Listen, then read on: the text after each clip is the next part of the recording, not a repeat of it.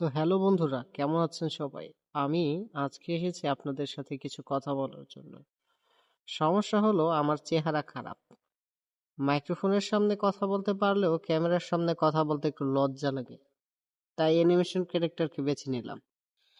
একটা সময় school college লাইফে প্রচুর বক্তৃতা সহ বিভিন্ন প্রতিযোগিতায় অংশগ্রহণ করেছি, মঞ্চ কাঁপিয়ে জ্বালাময়ী ভাষণ দিয়ে বেরিয়েছি। আর হ্যাঁ, আমিও কিন্তু জয় বাংলার লোক। তাও আবার ভাইবেন না যে গণহত্যা সমর্থন করি। আমি কিন্তু মোটেও গণহত্যা সমর্থন করি না। আচ্ছা যাই হোক, সে কথা বাদ দেই। বর্তমানে যে ঘটনাগুলো ঘটতেছে আশেপাশে, সবকিছু দেখলেই কেমন একটু অবাক অবাক লাগে। খুব বেশি দিন না, মাত্র 5 মাস আগে যে আন্দোলন হয়েছে তার যে প্রতিফলন আমরা এই 5 মাস পরে দেখতে পাচ্ছি, তাতে কি আমরা আসলেই সন্তুষ্ট? দুঃখজনক হলেও সত্যি যে আমরা যা চেয়েছিলাম তার কিছুই এখনো আমরা চোখে দেখতে পাইনি। অনেক অনেক আশার আলোর কথা শোনানো হলেও এখনো পর্যন্ত দৃশ্যত কোনো কাজই হয়নি।